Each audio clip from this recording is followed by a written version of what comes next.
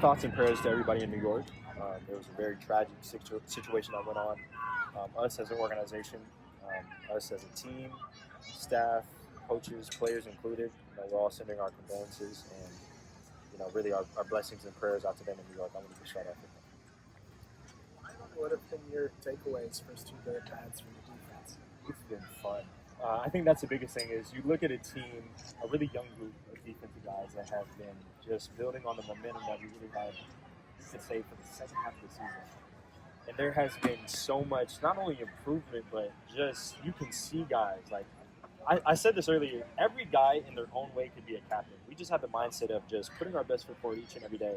But it's been fun watching these guys, especially up front, wreak havoc. Secondary's been doing their thing, and then obviously, the linebackers have been great. So it's fun. It's going to be a really, really, really tough week. What's been your impression of Nate Landman? Oh man, you know what's funny? I went to the East-West Shrine Bowl with Nate, and I kind of saw his ability there.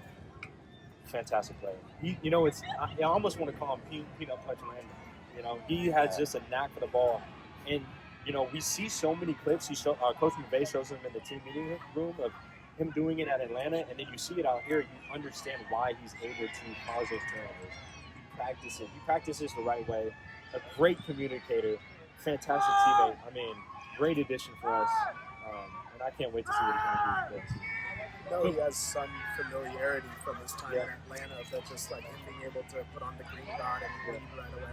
Does that tell you about it? Well, it takes a load off me. That's a good thing. But to be able to come and do that, it shows how much he's in the place, he's in where he needs to be at the right time. But also it shows how much trust the coaching staff puts on him to be able to lead the defense, call the plays, and all that stuff.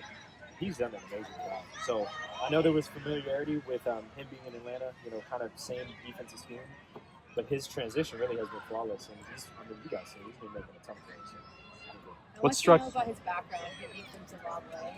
I don't actually. He's talked about it a little bit, but that is honestly, it's really no. First, I'll say this: it's really eye-opening. And also about that too is now you can say football is everything. Football, obviously the main area is in the States, but you have people now, which is an amazing story. Him being from Zimbabwe, coming over here, obviously playing college ball and high school ball out here. And I heard he's a West Coast kid too, which is awesome. I'm a West Coast kid too, so shout out West Coast. But I I do want to ask him more about his whole situation growing up there and all that stuff. But it was cool, really cool perspective. What stood out to you about the way he's earned the respect of all of his new teammates in just a short amount of time? Yeah, it just goes to show how hard he practices. He does, Coach McVay talks about it all the time. He's a pro's pro. He does things the right way, both on and off the field. He practices the right way, communicates at an all-pro level. So he's setting himself up for a lot of success, and he's going to do it this whole season. I truly believe that. How about you? Today you made a play on a football. Yeah.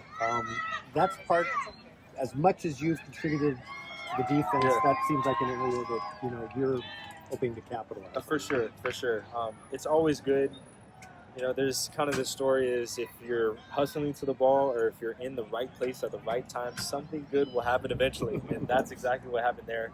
Luckily enough, we always say it, tips and overthrows, you got to have those. So that's what happened there. But yeah, you don't press for interceptions or forced fumbles.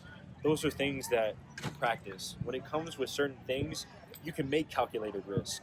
When it comes to forced fumbles, sometimes that's just an effort thing. Eventually, if you're in the right place, like I talked about, those things happen. What have you noticed this year about how the run defense has changed with the new additions? Anybody standing out? Yeah, Puka Nacua.